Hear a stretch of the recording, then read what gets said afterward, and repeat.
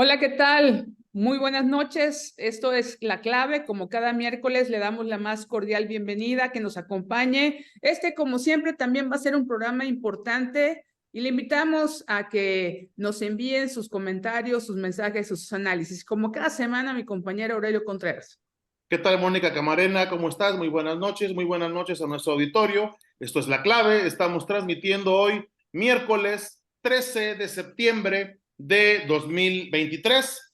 Ya estamos casi a la mitad del mes patrio, que se ha ido como agua entre toda esta efervescencia política de la que precisamente queremos hablar el día de hoy con uno de los analistas políticos pues, más relevantes que hay en el país. Nos referimos a Fernando Vázquez Rigada, a quien le damos la más cordial de las bienvenidas a La Clave. Muchísimas gracias, Fernando. Mónica, Aurelio, no, al contrario, muchísimas gracias por la invitación, como siempre, muy honrado y por supuesto saludando a todo el auditorio de La Clave y feliz de compartir estos momentos con ustedes. Gracias a ti, Fernando. Y bueno, yo quiero, a los pocos que no sepan algunos datos de Fernando Vázquez, él es abogado por la UNAM, con maestría en Harvard en Derecho, estudios en análisis prospectivo y construcción institucional, diplomado en Mercadotecnia Política por el ITAM, es autor de varios libros, es columnista del Universal y analista político en diversos medios nacionales y estatales, es conferencista en foros nacionales e internacionales, ha participado en más de 137 campañas electorales, incluyendo 3 presidenciables. Es miembro del Comité Ejecutivo de Unidos, un colectivo conformado por 6 organizaciones de la sociedad civil, con presencia en todo el país, enfocada en fortalecer la participación, la defensa de la democracia, construir una plataforma ciudadana y generar un nuevo acuerdo ciudadano político. Es presidente y director general de PCN Consultores, empresa especializada de estrategia y políticas públicas, asesorando a gobiernos de diversos países. Bienvenido, Fernando, de nuevo. Muchísimas gracias, Mónica. Aurelio, a la orden. Pues bueno, vamos a empezar por el tema de la democracia. ¿Cuál es el estado de la democracia en México en este momento, después de que vimos 2 procesos internos que se saltaron las trancas, hay que decirlo? Ambos, pues, buscaron brincarse la legalidad, unos obligados por los otros, pero al fin de cuentas, pues empezamos este proceso de la sucesión en medio de, pues, veo las reglas del juego, pero me las brinco. ¿Cómo ves esta situación de la cual partimos? Yo creo, Aurelio, que estamos viviendo un momento crítico para los que apreciamos a la democracia en el país. Recordemos primero que las elecciones es solamente un componente más de la democracia. Y lo que a mí me preocupa mucho es el asedio que está teniendo la democracia mexicana desde el poder, con un claro diseño por erosionarla, por socavarla en cada uno de sus componentes más importantes. Es un asalto que no habíamos visto, digamos, desde 1996, quizá, cuando se ciudadaniza el Instituto Nacional Electoral, entonces IFE. Después vienen las primeras elecciones, un año después, que dan por primera vez un gobierno dividido en México. Esto es un Congreso en el cual no tiene mayoría el presidente de la República, viene la alternancia, y de ahí del 2000 hemos tenido 3 alternancias más. Lo que estamos viendo en este sexenio, que afortunadamente está por terminar, es un asalto continuo al diseño general de la democracia mexicana. Es un retroceso gravísimo lo que estamos viviendo, en donde hay una concentración de poder inmensa en un solo hombre, el presidente de la República, que se ha dedicado fundamentalmente a construir o a reconstruir un sistema vertical, en donde su partido y sus aliados tienen 23 gubernaturas, en donde prácticamente pues hemos visto que volvemos a que los gobernadores sean empleados del presidente. Se ha socavado la división de poderes. Basta decir que el presidente ha dicho una y otra vez, cuando envía iniciativas, no le cambia ni una coma, lo cual no tendría ningún problema. El presidente puede decir lo que quiera, el problema es que lo obedecen. Así es. Y ahora hay un ataque continuo al Poder Judicial. No se le va a invitar ni siquiera a la ceremonia del grito, guardando las principales formas republicanas. ¿Por qué? Porque están tomando decisiones para preservar la legalidad. Hubo un asalto al Instituto Nacional Electoral clarísimo, que pudo ser frenado parcialmente por la participación de la sociedad. Y digamos que como preámbulo, yo creo que la frase que va a definir a estos años y que es absolutamente lamentable es: no me vengan con que la ley es la ley. Y eso que podría parecer anecdótico no lo es, porque refleja una creencia profunda de que la voluntad personal está por encima del Estado de Derecho y está por encima de las instituciones. Y precisamente lo que la democracia prevé es que todos los actores políticos y todos los ciudadanos nos sujetemos a ciertas reglas que deben ser respetadas. Entonces me parece que no hay momento más crítico para la democracia mexicana que este que estamos viviendo, Gabriel. Fernando, y en este atropello a la democracia que todos hemos visto, que podemos leer a diario porque se adelantó un proceso, el cual, bueno, pues todavía no empieza oficialmente, y visiblemente tenemos dos candidatas en unos procesos internos también muy cuestionables, los dos, y con un partido que no se define. Me gustaría tu análisis acerca de este escenario, pues, primero, o sea, en el sentido estricto de que hasta noviembre empieza el proceso formalmente, y en septiembre, bueno, ya tenemos dos visibles mujeres candidatas visibles y una indefinición del otro partido, Movimiento Ciudadano. A mí me parece pues claramente muy lamentable. Primero me preocupa mucho la salud mental de los mexicanos, de las y los mexicanos, porque nos vamos a aventar más de un año Sí. Con este circo. Y cuidado que soy consultor político, pero yo creo que por eso precisamente pues, se acotan los tiempos a lo que dice la Constitución. Lamentablemente el oficialismo ha violado una y otra vez estas reglas, porque las desprecia, porque no cree en la ley y porque cree que hay una confusión en general, me parece, del resultado que tuvimos en el 2018. Y eso lo han dicho muchos de los seguidores del oficialismo, que esto, lo que estamos viviendo, no es un gobierno, sino que es una revolución.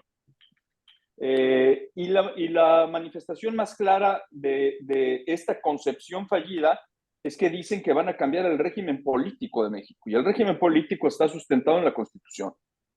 Y la Constitución lo que dice es que México es una democracia representativa, federal, laica. Entonces yo me pregunto si lo que quieren es cambiar eso, pues ¿hacia dónde nos van a llevar? ¿A una monarquía, a un centralismo, a un estado confesional? ¿Qué cosa es lo que están entendiendo? Punto número uno. Es el antecedente por el cual se saltan las reglas. Y después el presidente ordena a todo el aparato del oficialismo que apresuren las cosas, que se salten los tiempos. Y esto ocurre inmediatamente después, y hay que recordarlo porque es bien importante, de las elecciones del 2021, de las intermedias, cuando se llevan una gran sorpresa, una desagradable sorpresa. No logran mantener su amplísima mayoría que tenían en el Congreso, pierden la Ciudad de México, pierden una serie de estados y pierden las principales ciudades urbanas del país. Y entonces se dan cuenta que algo está ocurriendo. El presidente decide adelantar los tiempos y nombrar a lo que él mismo denomina peyorativamente sus corcholatas. Y de ahí empieza este tema, y al mismo tiempo que está violando la ley dice: por si esto no fuera suficiente y voy a usar todos los recursos públicos, voy a destruir al INE y voy a cambiar las reglas electorales a nivel constitucional para que el gobierno vuelva a controlar las elecciones. Esto es importante recordarlo, y se logra frenar gracias a la participación no de los partidos políticos, sino de la sociedad. La sociedad nos pronunciamos en dos momentos vitales de manera masiva, en noviembre y en febrero, para evitar que esto sucediera. Y en el Inter, afortunadamente, tuvimos un relevo en la Corte, en donde la candidata del oficialismo es expuesta por un plagio asqueroso, cínico, y que siga impune, pero que la inhabilita para ser la presidenta de la Corte, y entra una persona, una mujer excepcional, independiente, preparada, que está ejerciendo la división de poderes cabalmente. Y entonces, en este ambiente tan pervertido, tan grosero, me parece que la sociedad y los partidos políticos de oposición, las oposiciones en general, se ven forzadas a anticipar también los temas. Es una consecuencia de lo que estamos viviendo. No justifico el tema de que legalmente sea viable esto. Lamentablemente esto era una necesidad política. Y diría dos cosas finales para seguir con la conversación. Primero, la diferencia de los métodos. En primera, porque el presidente es el que define a todos los del oficialismo. O sea, quien piense que cualquiera de las 5 corcholatas se inscribió sin el visto bueno del hombre de Palacio, pues vive en otro país. Segundo, él dijo, esto va a ser por encuestas. Tercero, dijo, no va a haber debates, porque no podía exponer a la candidata que hoy ya está ungida, a exponer sus limitaciones clarísimas que tiene. Y me parece que también involucró a una serie de actores adicionales para validar el resultado que él mismo ya había anticipado que iba a ocurrir. Y el experimento falló. Falló por varias cosas. Falló porque vimos que Morena es una marca política poderosísima, sin duda, con gran anclaje social, pero que no tienen un candidato, O sea, lo que vimos es que francamente las corcholatas, pues son corcholatas oxidadonas, que no despiertan interés, no generan emoción. No pasó nada. A ver, Claudia Sheinbaum no creció un solo punto porcentual de intención de votos en las encuestas. Dejó el gobierno de la Ciudad de México y de pronto desapareció. Marcelo Ebrard hizo un papel lamentabilísimo como candidato. Un hombre serio, preparado, de gran trayectoria, pues de pronto lo veías haciendo TikToks y cosas tan ridículas o excesos tan indignantes como decir voy a crear la Secretaría de la Cuarta Transformación e invitar al hijo del presidente. A ver, terrible. El secretario de Gobernación gastó cientos de millones de pesos y eso está a la vista de todas y todos los mexicanos. Ahí están todos los espectaculares y bardas de Dan Augusto. Y lo rebasó Fernández Noroña. O sea, de ese grado es el que estamos hablando. Y Ricardo Monreal tuvo 6% de intención de votos. Lo rebasó Manuel Velasco. Y por si esto no fuera poco, no logran la unidad. Y están ahorita hechos un engrudo. Las oposiciones, sin ser perfecto el método, por lo menos contrastaba ampliamente en esto. Lo primero que diría, y tuve la oportunidad y el honor de participar en la creación del método, es que se unen y se abren los partidos políticos, una vez más. O sea, al final de cuentas, los 3 partidos políticos del frente se sientan con la sociedad civil, escuchan y se abren.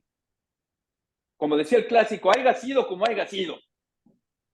Pero se abrieron y dijeron, ok, vamos a ver el método. Y ahí se pudo inscribir quien fuera. No designado por nadie. El que quisiera podía entrar. Tenía que cumplir ciertos requisitos, firmar, conseguir un número de firmas, que son hasta pocas. A ver, si alguien es presidente, aspira a ser presidente de México y no tiene la capacidad de obtener un poquito más de 4,000 firmas por estado, pues no sé qué diablos está haciendo ahí. Y luego vinieron debates que a mí me pareció bien interesante lo de los debates. Perdón, antes de los debates, después de la firma vino una encuesta y después los debates. Y los debates nos dimos cuenta que había personas competitivas, ¿eh? Y que no necesariamente la candidata más popular iba a ir en un día de campo, y entonces esto se puso sabroso. Y al final se define que sea por una encuesta, porque sí la ventaja era muy amplia, ¿no? Yo creo que sí hay un contraste claro. Y la conclusión es que hoy, a mi juicio, las oposiciones sí tienen marcas más presentes. Tenemos una candidatura fuerte, tan fuerte que está recibiendo ataques cotidianos todo el tiempo por parte del oficialismo, y sobre todo que ha despertado la esperanza y el interés de las personas por participar en los comicios de junio próximo. Fernando, es claro que lo que se avisora en el horizonte es una elección de Estado. Lo vimos en la manera en la que pues, el propio régimen procesó su proceso interno, su elección, entre comillas, interna, con un marcado sesgo hacia la favorita del presidenta, hacia quien siempre fue su preferida. Y además, pues vemos cómo esa elección de Estado está tomando una dimensión numérica. Estamos viendo cómo en el presupuesto del año entrante el gobierno federal pretende endeudarse hasta la coronilla, pretende aumentar los recursos a los programas sociales, quitárselo a todo lo demás, y evidentemente pues ese dinero es para promoción electoral, para alimentar a la clientela, para sostener el asistencialismo y para promover directamente el voto en favor de su candidata. Sin duda, Aurelio, es clarísimo, coincido contigo. El endeudamiento que está solicitando el presidente es casi de 1 millón de millones de pesos, 1 billón de pesos. Hago la siguiente reflexión, como si lo necesitaran. A ver, ¿cuánto se gastaron ahorita? ¿De dónde salió todo ese dinero?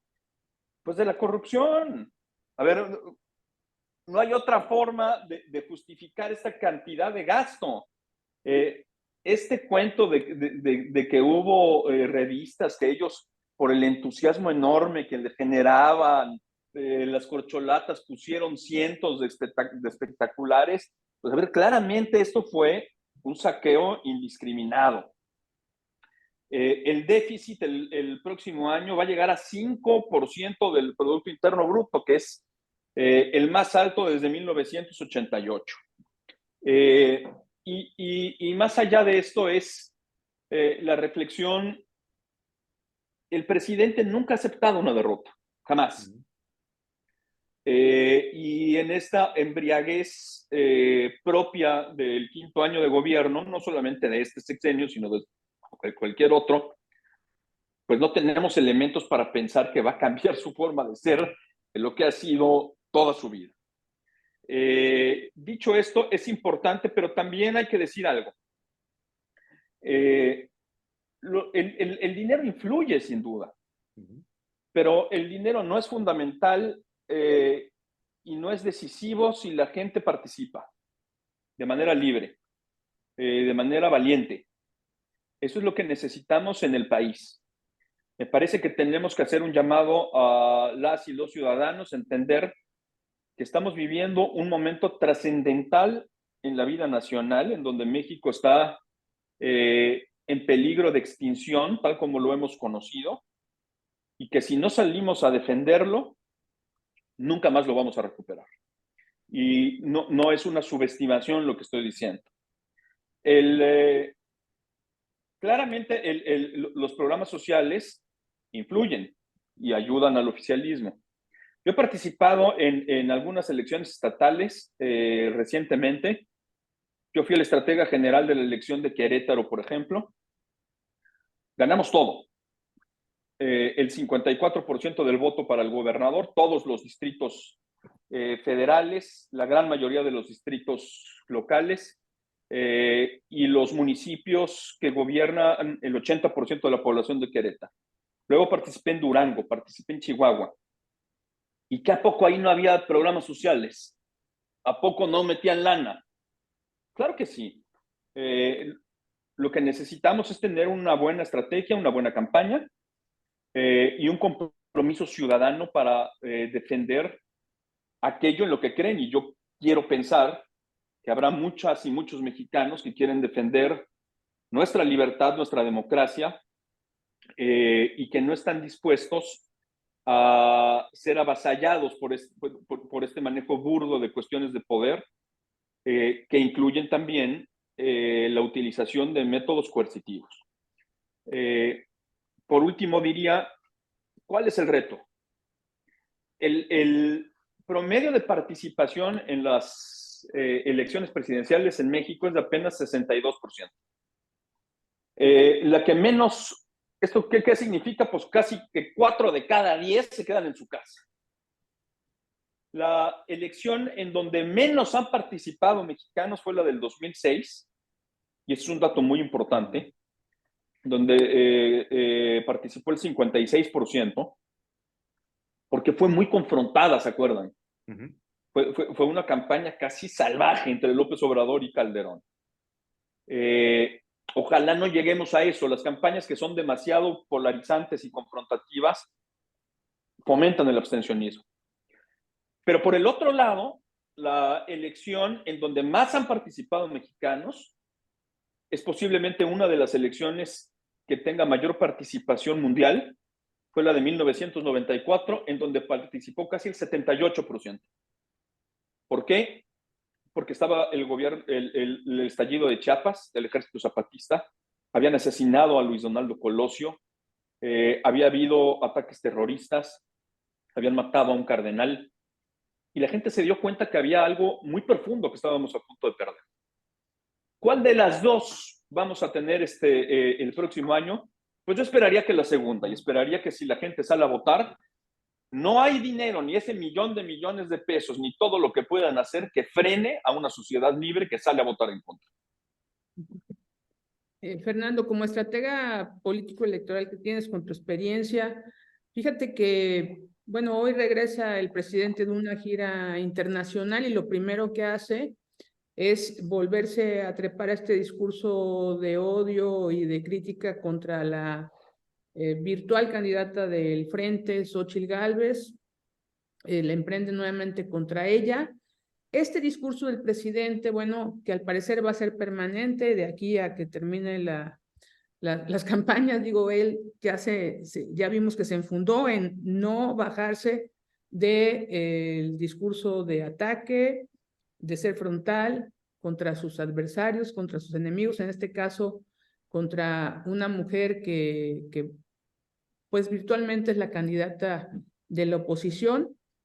Y por otro lado vemos a Xóchitl Gálvez que pues no le deja pasar una, es decir, le contesta una tras otra, tras otra, tras otra. Y vemos a pocas horas de enfundada ya oficialmente Claudia Sheinbaum como la corcholata preferida, pues como un discurso conciliatorio que no pretende atacar, como de que ella no se va a meter en ese rollo, es decir, va a dejar que el presidente siga en el ring y ella no se va a meter, tal vez por esas carencias que tiene en su discurso. ¿Cuál es tu opinión acerca de este primer escenario?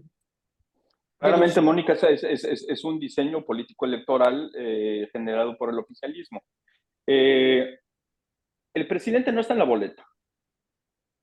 Entonces, aunque Xóchitl le conteste como lo ha venido haciendo, pues con mucha creatividad, muchos reflejos, mucha rapidez, ¿le puede quitar puntos de aprobación? Sí. ¿Y en qué va a afectar a la elección? En cambio, los ataques de López Obrador, que sigue siendo un presidente muy popular, indudablemente, le generan también negativos a Xóchitl. La diferencia es que Xóchitl sí está en la boleta. Entonces me parece que eso es parte de un diseño y que tiene que ver también con esta dualidad que señalas. Que de pronto Claudia quiere aparentar en 3 días lo que no nos demostró en 5.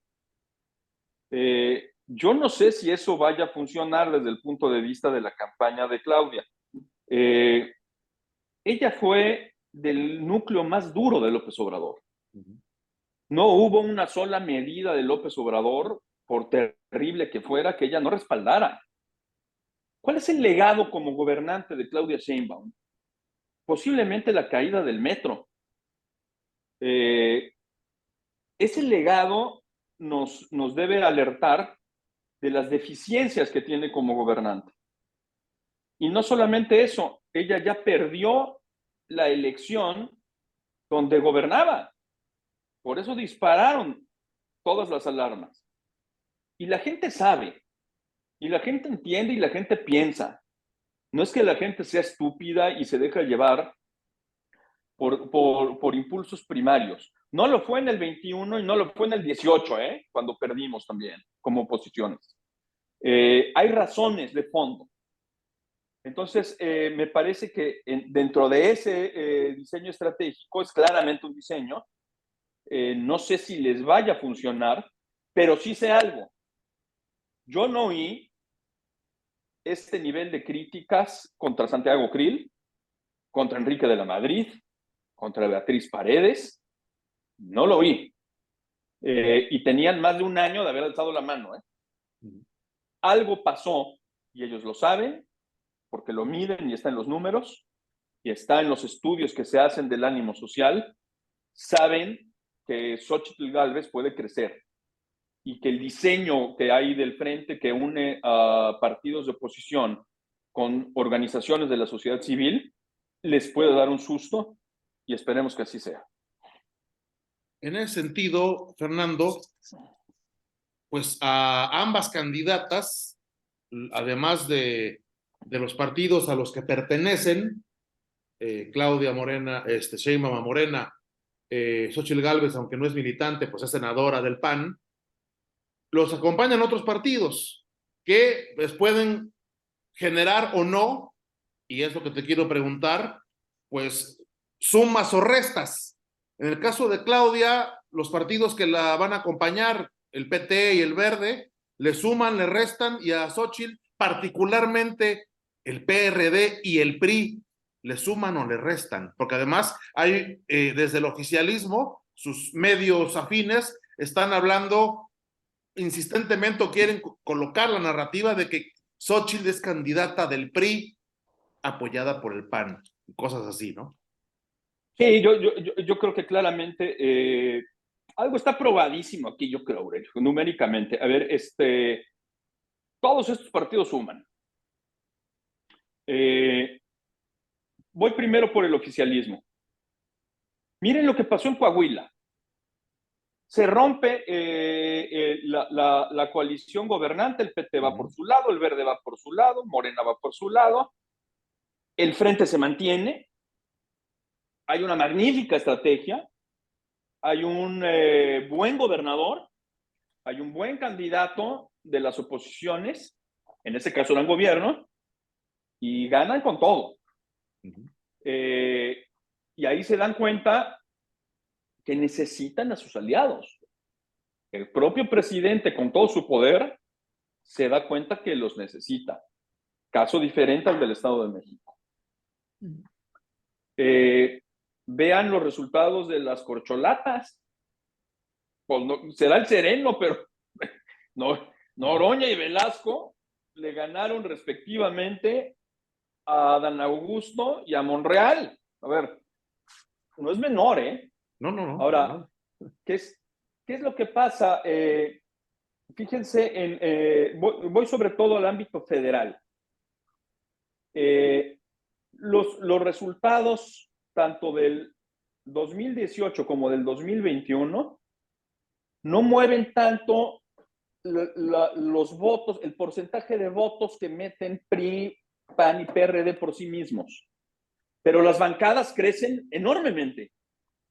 ¿Por qué? Porque el sistema electoral mexicano está hecho que mientras más se cierre la elección, más plurinominales tienes. Ese es el sentido de esto. Entonces, no solamente ganas más distritos, ganas también mayor representación. Entonces, me parece que es fundamental entender este diseño, porque aquí vamos a necesitar que de grano en grano se llene el buche, como dice la gente, ¿no? A ver, los partidos de oposición, abro un paréntesis, si quieren ahorita le entramos, Movimiento Ciudadano no es oposición, y creo que ya decidió, si quieren ahorita le entramos y cierro el paréntesis.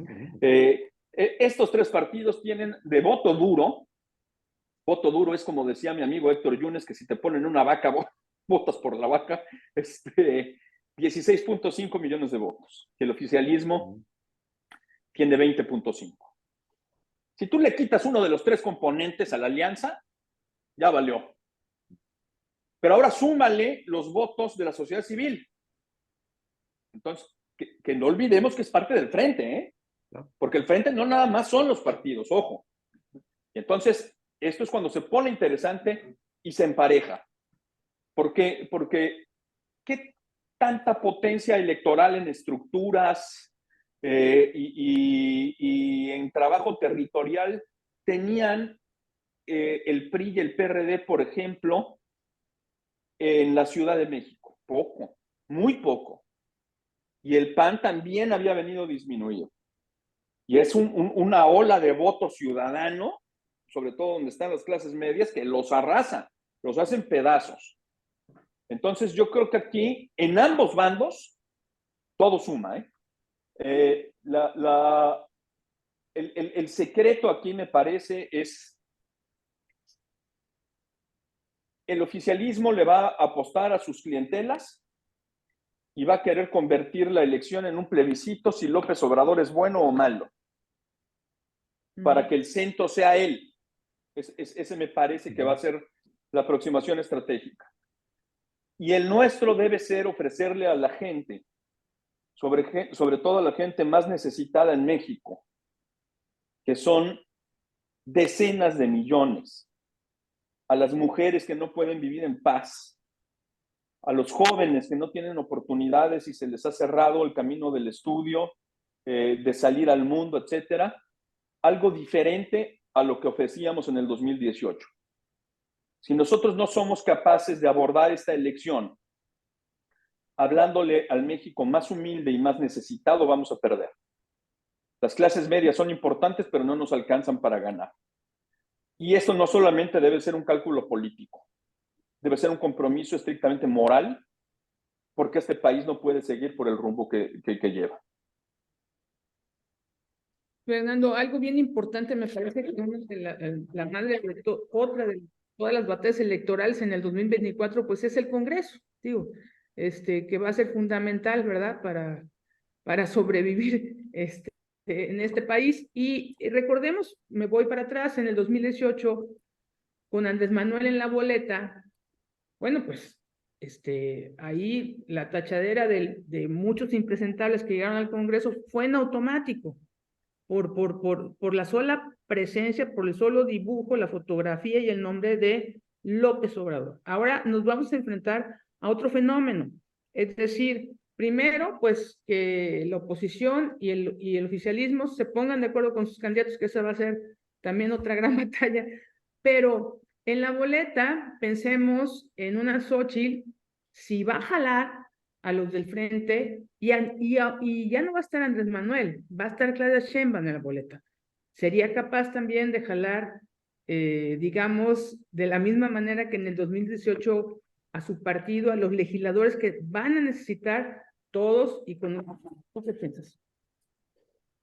Magnífica pregunta. Mira, decía Reyes Heroles que él prefería ser profeta del pasado que del futuro, porque así no se equivocan. Mira, no sé. Lo que sí te puedo decir, Mónica, es que efectivamente, a ver, López Obrador fue una locomotora y no se va a repetir.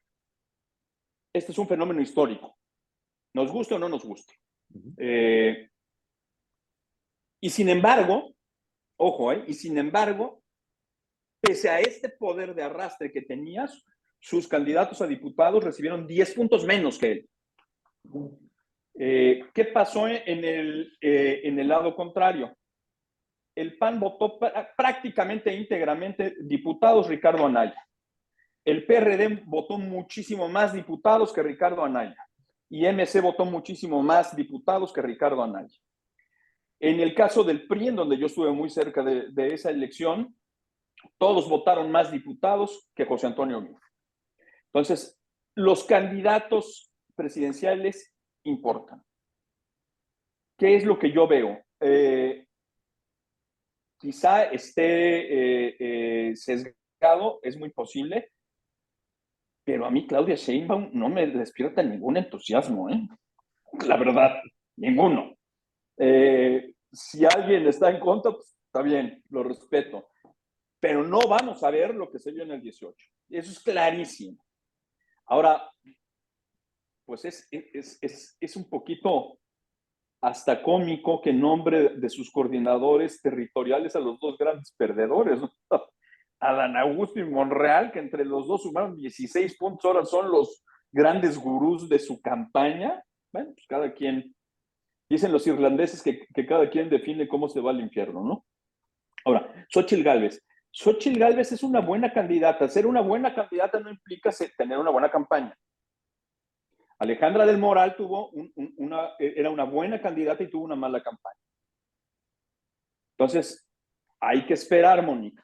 ¿Qué es lo que yo veo? Yo veo que si tenemos una buena estrategia, una buena organización, un buen proyecto, un poquito con las características que mencioné antes, Xóchitl sí puede arrastrar votos. Te voy a decir por qué. Tú lo señalabas hace rato, ella es senadora por las siglas del PAN, pero entra por las siglas del PRD. O sea, ella es de representación y entra por el PRD. Tiene una gran afinidad con el PRDismo. Si ponen atención, en los últimos días ha tenido una gran conexión con la base priista, ¿se han dado cuenta? Ha estado muy cerca del PRI. Y el PAN, pues la tiene como senadora de ellos. Entonces me parece que ahí sí va a haber esa afinidad que no tuvieron ni Anaya ni José Antonio Meade para conectar con esas bases. El frente es esencial para ganar, es condición necesaria, pero no es suficiente. Porque no es suficiente que nosotros tres nos pongamos de acuerdo aquí en esta mesa y pensar que nuestros hijos van a hacer lo mismo que nosotros les digamos. Eso también lo he visto en elecciones. Estuve en San Luis Potosí y eso ocurrió. Acuerdo de cúpula y abajo un desastre. Entonces, me parece que este trabajo que se está haciendo por parte de Xóchitl es inteligente, es importante y creo que sí va a arrastrar votos. 1, 2. Se definen más de 20,000 cargos. Eso es lo que va a estar en juego. Incluidas 9 gubernaturas. De las 9 gubernaturas, 6 son de los más grandes padrones, con la excepción del Estado de México y de Nuevo León. En la Ciudad de México, las oposiciones son competitivas. En Jalisco, las oposiciones son gobierno y muy competitivas. En Puebla tenemos un candidato que es muy competitivo. En Veracruz, si se logra un buen acuerdo de las corrientes opositoras, se puede ser competitivo. Y Guanajuato es muy competitivo. Yucatán, desde donde lo saludo en este momento, las oposiciones son muy competitivas. Chiapas, Tabasco y Morelos es territorio del oficialismo. Pero estos grandes padrones y esta competencia que antes no existía, influye también, o sea, no solamente va a ser Xóchitl Gálvez, van a ser todas estas dinámicas locales que vamos a tener que pueden modificar. Siendo profeta del futuro y haciéndole caso omiso a don Jesús Reyes Heroles, el gran tuxpeño, yo te puedo decir algo a mi juicio. El plan A del presidente murió, el B murió y el C también va a morir. No va a tener mayoría calificada y espero que le podamos quitar también la mayoría absoluta para controlar nosotros la aprobación de leyes, presupuestos y auditorías. Abriendo el paréntesis, ¿cómo ves el papel que va a jugar Movimiento Ciudadano? ¿Dónde ves a Ebrard? Y además esos candidatos independientes que como Eduardo Verástegui están empezando a surgir de las alcantarillas de la política. Yo creo que todo es parte de, insisto, de un diseño, de un diseño desde Palacio. Yo no confío en Dante Delgado. Nosotros, Dante Delgado nunca se ha querido sumar al frente. Si lo hubiera hecho, hoy controlaríamos la mayoría en el Congreso. Tendríamos el control del presupuesto y estaríamos auditando a todos los gobiernos estatales de Morena. Y no se quiso sumar. Tendríamos entre 6 y 7 gubernaturas más. Y habría posiblemente 3 o 4, les hablo de memoria, que hubiéramos perdido por menos de 3 puntos y entonces hubieran sido legalmente impugnables. En Sonora, con una buena campaña de el Borrego Gándara, que era del Frente, cuando se estaba cerrando, declina en su favor el candidato a gobernador de Movimiento Ciudadano y Dante nombra a otro de inmediato. En Jalisco ya hay una ruptura porque no quiere sumarse y está empecinado incluso en el que él va a ser candidato. Son estos hechos contra sus cartitas. ¿A quién le creen? ¿A los hechos o a esas palabras? Alguien además con los antecedentes que tenemos delante. Entonces, yo creo que Movimiento Ciudadano al final va a ir solo, a un costo enorme, posiblemente para el país y para ellos mismos. Este empecinamiento en decir, fíjense qué contradicción, hay una tercera vía y están jugando, dicen, somos una tercera vía que es la nueva política en México. Y le andan coqueteando a Marcelo Ebrard. ¿En serio a Marcelo Ebrard? Esa es la nueva política, Marcelo. La tercera vía.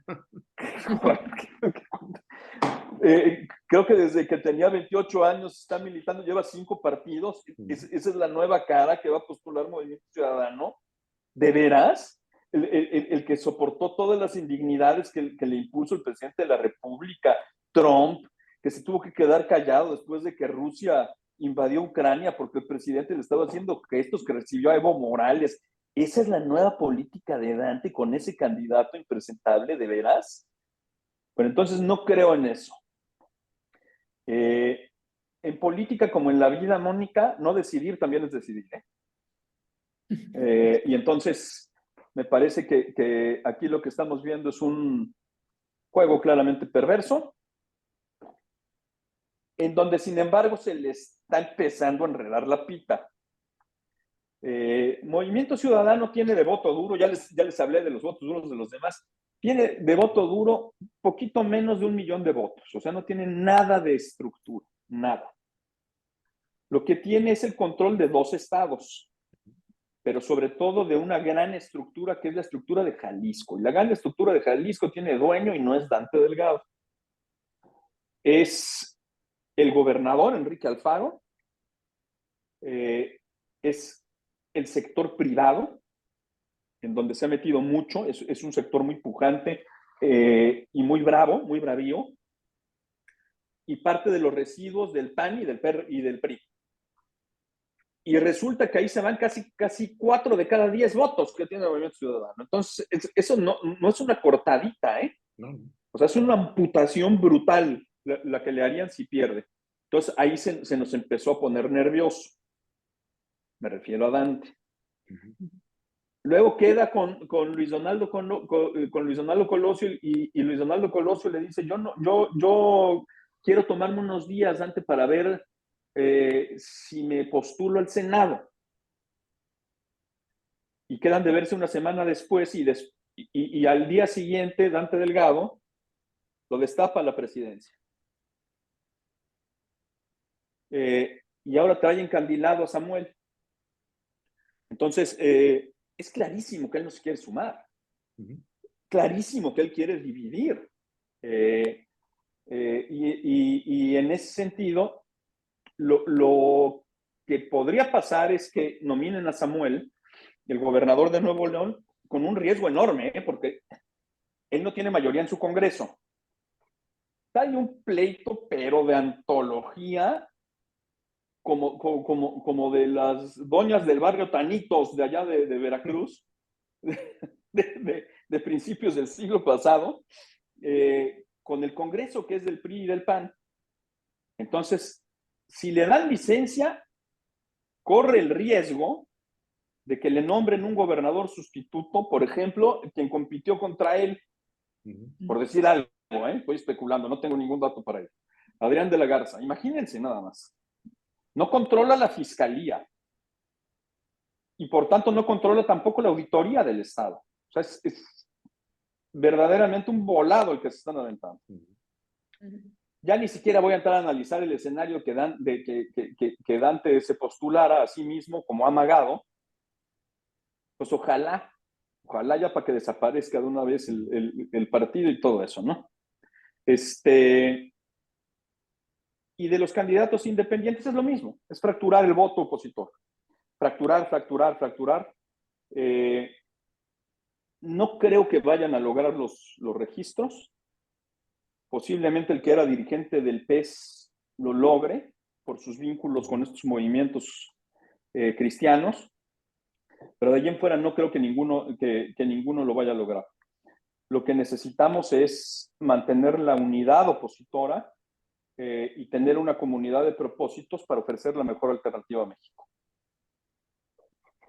Fernando, fíjate que yo veo desde una carrera anticipada, como suele suceder de muchos aspirantes a los gobiernos de los estados, pero sobre todo hombres.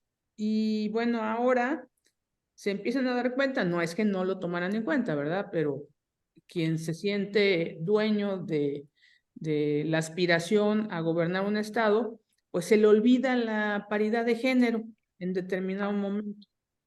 Me parece que va a haber muchas divisiones, tanto en el frente como en el oficialismo, cuando se tengan que definir estas candidaturas por paridad de género, porque ahora sí lo exige la ley. ¿Crees tú que ahí vengan divisiones tan fuertes que incluso pueden hacer perder a los candidatos en algunos estados? Yo creo que sí, sobre todo por el lado del oficialismo. Veo más acomodadas las fichas dentro del frente. El frente tuvo una serie de negociaciones previas en donde más o menos se pusieron de acuerdo. Remito algo que fue público. El PRI dijo: yo nomino en Coahuila y en el Estado de México. Y usted es presidencia de la República y Ciudad de México. Eso es lo que se sabe.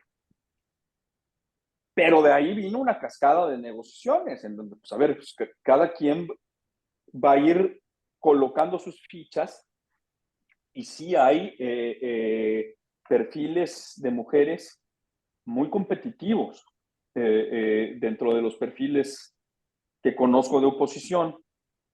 Nombro uno solamente como ejemplo, que es el de Guanajuato, la secretaria de Desarrollo Social, Livia García. Una mujer muy preparada, que ya fue secretaria de gobierno, fue secretaria de Desarrollo Social, joven, con empatía y que tiene muy buen contacto con las personas. Entonces, yo creo que así se van a ir definiendo las diversas posiciones dentro del frente. Veo más complicado el oficialismo. Primero porque pues, ser dueño del pastel e ir arriba en las encuestas, porque van en las encuestas, siempre es más difícil de administrar. Aquí finalmente te juegas un voladito si quieres ser opositor, pues, quién sabe cómo me vaya. Y luego el método que sacaron, ¿no? Hoy lo anunció Mario Delgado, en donde pues van a replicar todo esto de encuestas cuando ya les salió bastante mal esto, ¿no? A ver, la declaración esta de Citlali, donde dijo cómo habían hecho la ponderación, no una ponderación estadística, una barbaridad, abre un cúmulo de sospechas. ¿Quién sabe qué va a pasar con Marcelo? Marcelo al final del día lo que hizo fue recurrir a la Comisión de Honor y Justicia. ¿Sí existirá eso de Morena? Bueno, pues, así se llama, pues. Por lo menos en el membrete, ¿no? Bueno, entonces recurrió a eso, que tienen hasta pasado mañana para resolver. Al presidente que le gusta apostar, yo también apostaría, les apuesto que no va a pasar nada, lo van a batear. Pero luego se puede ir al Tribunal Federal, al Tribunal Electoral del Poder Judicial de la Federación, y ahí es otro cantar. Yo no sé si todo este cúmulo de irregularidades esté verdaderamente legalmente sustentado, ¿no? Creo, como abogado, que no debe ser muy difícil después del cochinero que vimos, y de la gastadera que se aventaron y de todas las violaciones que hicimos. Eso es que vimos, eso desde el punto de vista legal. Pero ahora le agrego el tema político. ¿Estará dispuesto el Poder Judicial a reponer el procedimiento en Morena después de todos los agravios que ha recibido del presidente? Después de que hoy les dijo que eran una bola de oligarcas nefastos, quién sabe qué tanta cosa. Y que no los invita y que a ni su al fiesta. grito los invito, ¿cómo ven? Y háganle como quieran. A ver, es un riesgo, ¿eh? A lo mejor nos llevamos una sorpresa y volvemos a empezar y volvemos a sufrir otra vez el desfile de corcholatas. Y el derroche. Pero bueno, eso replicado a los estados, como anunciaron hoy, diciendo además eso enfáticamente, Mónica. Inscríbanse hombres y mujeres, no importa, ya después vemos cómo nos ponemos de acuerdo en el género. Entonces, lo que puede llegar a pasar es que de pronto, ¿qué pasa si muchas mujeres ganan en las encuestas? ¿Cómo las bajas? A ver, es un problema serio de operación política, de definición. Me parece que ahí puede venir otra ventana de oportunidad adicional, muy cerca además ya, porque esto se está acelerando mucho y vamos a ver todavía muchas cosas por venir. Fernando, ¿cómo ves la circunstancia concreta de Veracruz? Con una candidata que parece cantada, la secretaria de Energía, Rocío Nale, por parte del oficialismo, aunque pues todavía los trancazos, las patadas debajo de la mesa dentro del morenismo veracruzano están a la orden del día, y una oposición que luce tímida, que no se animan como que a decir sí quiero, pero espérenme tantito, como que no se ve mucha definición sobre cómo van a ponerse de acuerdo para sacar a su candidatura. ¿Cómo ves la circunstancia de Veracruz junto con pues, la intromisión clarísima del gobierno de Cuitláhuac García en los temas electorales? Sí, bueno, primero debo decir que a pesar de que soy veracruzano, no estoy tan empapado en este momento de la realidad veracruzana, tengo tiempo que no estoy por allá. Pero mira, primero, ¿qué pienso de Veracruz? Me da una gran tristeza lo que está viviendo Veracruz. Veracruz es un país. Veracruz debería ser ejemplo de bienestar y de prosperidad en todo. A ver, yo trabajo mucho en el Bajío, aquí mismo en Yucatán, en donde no tienen ni por asomo la cantidad de recursos naturales, geográficos que tiene Veracruz, y ve un deterioro tremendo, ¿no? Guanajuato acaba de rebasar ya en tamaño la economía de Veracruz la semana pasada, conforme los datos de INEGI. Entonces, esa es la primera reflexión. Yo creo que deberíamos genuinamente y de corazón, independientemente de nuestras afinidades partidarias de cada uno de nosotros, pues sí hacer un análisis profundo de qué le queremos heredar a nuestros hijos, de qué estado queremos heredar a nuestros hijos. Y tomar de veras la mejor decisión. Segundo, Veracruz tiene muchas lecciones, a mi juicio, que ofrecerle a México. Primero, que los gobiernos importan. A mi juicio, desde una muy particular análisis, llevamos sexenios, posiblemente 2 décadas de malos gobiernos. Y el resultado es este.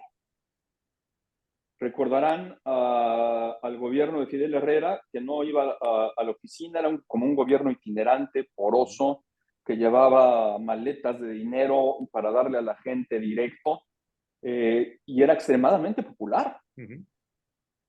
Llegó, lo cito, no es que yo sea grosero, aunque somos veracruzanos, pero lo cito, llegó en la plenitud del pinche poder. Y por eso logró imponer a Javier Duarte. Ahora, la herencia de deuda, de déficit, de desorden de populismo que vivimos en Veracruz con Fidel, pues no, aquí está, ¿eh? Ujú. Esa es una muestra clarísima para México.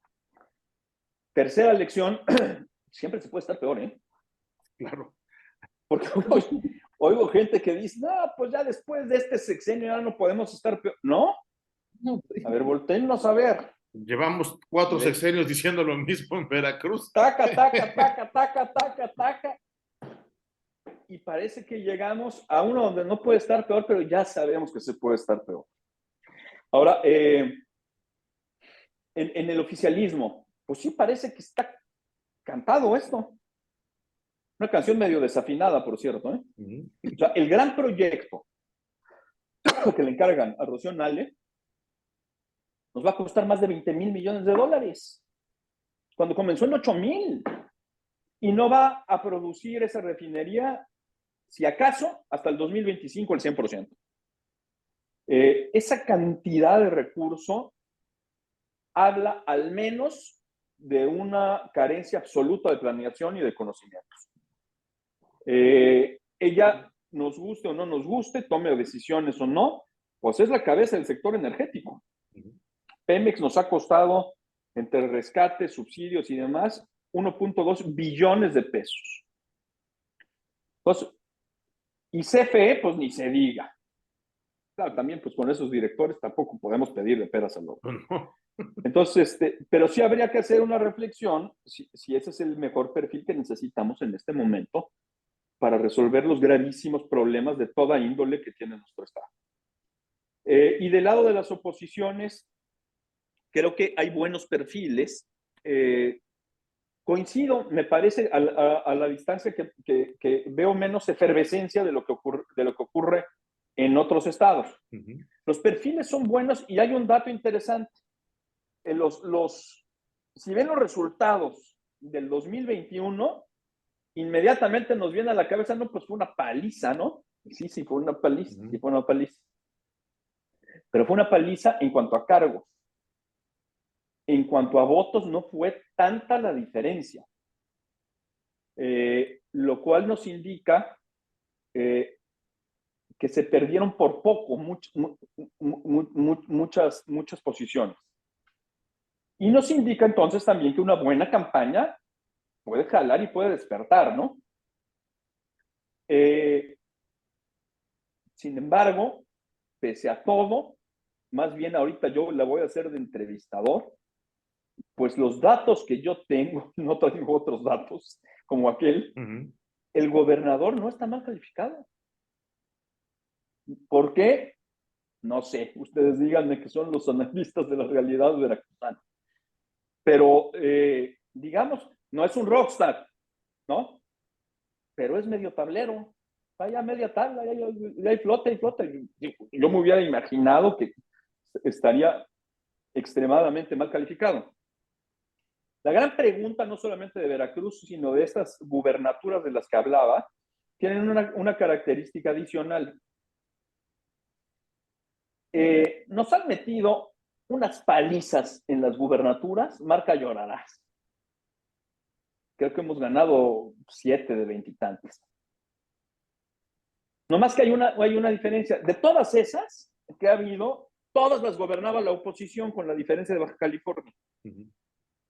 La gran pregunta aquí, porque una cosa es ser borracho y otra cantinero, es, a ver, cuando pongamos verdaderamente en la boleta, si la gente está dispuesta a referendar el gobierno de Cuitláhuac García, el gobierno de Cuauhtémoc Blanco, la herencia de Barbosa en Puebla, etcétera, etcétera, etcétera, o la de Sheinbaum en la Ciudad de México, ¿realmente va a ser el mismo resultado avasallante? Yo creo que no, ¿eh? Porque finalmente la bandera de cambio, legítima o no, no lo juzgo. A ver, si los datos que a mí me llegan es que la gente está aprobando al gobierno de Veracruz, pues está bien, pues eso es lo que opina la gente. Pero la oferta de cambio siempre es atractiva. Y ahí tendremos que ver con qué tanta habilidad se puede enarbolar algo diferente. Y vuelvo a insistir en eso.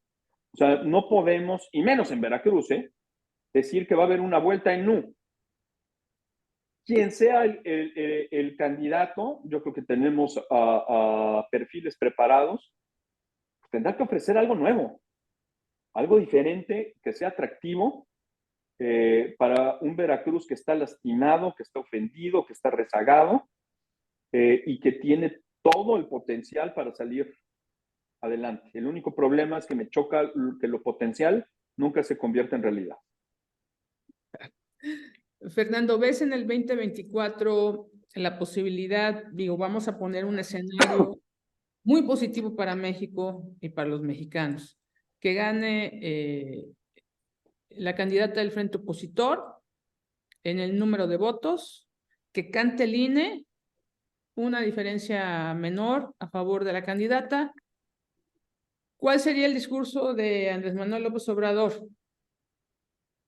¿Cuál sería su discurso?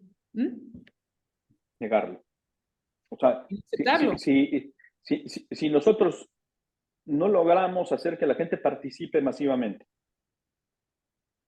si nosotros no logramos atraer la atención de Estados Unidos, de los medios internacionales, de los organismos internacionales, de organizaciones de la sociedad civil, observadores independientes internacionales con gran prestigio, e incrementamos masivamente la participación y ganamos de manera contundente, no van a reconocer el triunfo, lamentablemente. Precisamente por eso el triunfo debe ser de una forma tan contundente que sea imposible de negarlo. Recuerdo que en el año 2000, el presidente Zedillo, alrededor de las 9 de la noche, empezó a recibir una serie de presiones de los cuadros duros del PRI para que no cantara la victoria de Vicente Fox, no reconociera el triunfo de la oposición y les diera tiempo a arreglar las cosas. Y creo que eso es algo que no le hemos reconocido al presidente Zedillo. El Zedillo dijo, así votó la gente y así se va. Entonces, esta actitud no la veo en el actual presidente. Si hay un resultado cerrado, vamos a tener días extremadamente difíciles para el país. Y por tanto, lo mejor, y con esto cierro la entrevista, es el exhorto a salir a votar. La lista nominal va a llegar a 98 millones y medio de personas. Hay casi 4 millones de nuevos votantes. No se queden en su casa. A ver, es su país. Voten por quien quieran. Lo que queremos es que participen. Y si esa participación le da el respaldo a la continuidad, que así sea. Pero si votan masivamente por el cambio, también exigimos que se respete. Pero depende de nosotros. Sin lugar a dudas, y pues bueno, ahí queda la reflexión y como dices, la decisión está en manos de los ciudadanos, finalmente, o esperemos que así sea. Fernando Vázquez Rigada, te damos las gracias, de verdad, por estas interesantísimas reflexiones que has hecho con nosotros y pues bueno, seguiremos pendientes de tus análisis, seguiremos pendientes del transcurso de los procesos políticos y electorales y pues bueno, esperemos que lo que suceda pueda ser lo mejor para México. De verdad, muchas gracias por haber estado en la clave esta noche. Al contrario, muchísimas gracias, Mónica, Aurelio, como siempre, por la invitación. Siempre un honor estar con ustedes y compartir con el auditorio de La Clave. Muchas gracias y seguimos en contacto. Muchísimas gracias y muchísimas gracias a nuestro auditorio. Esto fue La Clave. Hasta pronto.